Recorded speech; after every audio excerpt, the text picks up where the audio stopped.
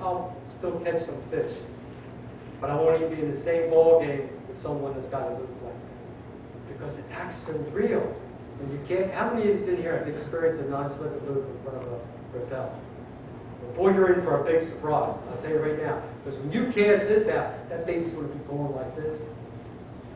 Beautiful. Just like an angel. Pardon? Just walking the dog. Yeah, yeah. And it's so, instead of, I don't care too much for this kind of an action. You know what I'm saying? I like it when they kick off like that. They go around in circles and stuff like that. It looks almost, the action that I've established with this non-slipper loop, it looks almost like the real thing, such as an injured bait. An injured bait, not swimming like this, it's on its side, it's kicking around and taking its last breath or whatever. Okay, I have a question. Yes. When the temperature goes up, do you... Are you talking about air temperature or water temperature? Water temperature. When the fish get lazy, do you reel in slower, or do you have a slower action? That's a very, very, very good question, and that's thrown at me, especially all of our Yankee friends that I'm up north at these shows. I adjust myself to the way the fish are acting. If they're active, I'm active, okay?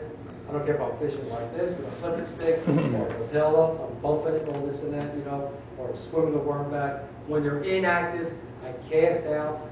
If my pattern is on the edge of the grass, stall grass, or the lily pad, I cast it out to the top water plug and it lay there perfectly still. You stay for how long? What's my record? John? No. The longest time I let my bait lay is like a big bass. I bet you can remember. You don't listen too good on my seminar. I think I'm up to about 45 minutes. Now, of course, that's a long time. And if I would tell you different, I'd be lying. Okay? That's a long, miserable time. But on the 45th, that's right, and I was with Frank Sargent, that famous outdoor writer. I think he's still an outdoor writer. He used to write for the Tampa Tribune. I don't know if he still does or what. I haven't sold Frank since, I think last year when he did the show down there where I did in where they have all the shows in Tampa there, you know, whatever they call that park there. I forget the name of that park. But that's where we have the fishing shows and the boat shows and stuff like that. But I let that lure lay out there on the edge of the pad, and he happened to have a watch, and he just happened to know the time. 45 minutes, my rappel laid on the edge of his pad. And that fish come out and hit it, and it was over 12 pounds. I don't know if it was 12 and a half or 12 and 3/4, but what a monster. He was like a kid with a new toy. He was carrying on. I wonder I got the fish, because he was so much, oh my gosh, look at the size of that, oh, look at the size of the head, you know. And I couldn't get the thing stopped from jumping. And here I am fishing with 6, 8 pound test line. You know, I never use over 8, and I don't go less than 6 because I'm not good enough. And so I don't have too much going for me, you know what I'm saying? And every time that fish would jump, oh, please don't get off. And I'm trying to tell him a nice way, just keep quiet, you know? And my legs are going like this. I was a little nervous, because that's a big fish coming out of the water. You know, you don't get that opportunity that all.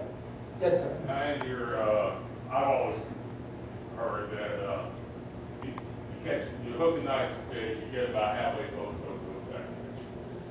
Will that fish hit again, or is he self the hook? Some old timers said, nah, once he's been hooked, they're going to be hook shot. What do you know, I would say the average fisherman, even the pros, it's 50-50. But I can tell you this with my own personal experience, and that's the only way I can talk with a straight tongue. When I break off, and I retie, and I cast back, and I come in with the fish that's got my hook and my plastic worm from the previous bait that I had on, okay? What does that tell you right there? You know, I've learned this with biologists, with the tanks that they have. And when they experience, like Tom Mann had beautiful, beautiful tanks, you know, up there with a big tank and stuff like that. And it seems like the fish, the characteristic is almost like us human beings sometimes. They really lose their cool. I mean, he would cast into his beautiful aquarium, and he would be playing around, you know, he always promotes Tom Mann's work. I don't even know if Tom Mann's still alive. Does anybody know that? You know what I'm talking about when I say Mann's work? Yeah. Neither do I. Probably not. But anyway, he would irritate those fish and made those fish acting like they wanted to kill the bait. You know what I'm saying? And I think this is no different than when I cast out a repeller and I get into irritate them and destroy them. I don't, you know, a lot of people say, well, the fish are dead. The fish are inactive, okay? I think if you know what you're doing and you cast out patience, that's one of my key, those three key words is what Bud Andrews is all about, is God is my witness. If I didn't accept patience, self-discipline, and confidence, I could not stand up here and be honest with you and tell you I caught 338 bass over 10 pounds. And my biggest is still holding at 15.3. It's all right there. Because I have many of my friends can't even stay in one spot for 10 minutes, let alone for hours like I fish. Once you do your homework, why should you move around? If you know that this is a perfect housing for fish, why would you leave it? Do you always want to eat? I mean, I have an excuse not to eat all the time. But none of us want to eat all the time, and the bass are the same way. If you've done your homework, and you know that using the alphabet for comparison, you know that A area in the back of this room here holds a good population of fish, don't leave it after you made 2 or 3 casts. Stay right there. Because all you want to do is burn gas and ride around, and if you do catch one, it's like this. Very seldom can I truthfully say, well, I was at a good spot and I caught this. Very, very, very seldom. But sometimes you get the point, the lure manufacturers, they get a zillion lures out there with a zillion colors, and it's like you're out there fishing against a human. But actually, a fish is, they have 2 things in their mind: eating and making more bass. Amen. Nice fish, I'll tell you. Well, how do you know there are fish in that spot? How do I know? Well, Yeah, first of all, it's easy for me because I'm doing it for a living. I'm out in the water all the You've time. been there before, but My records. if you go to a strange lake, how do you... Duplicate.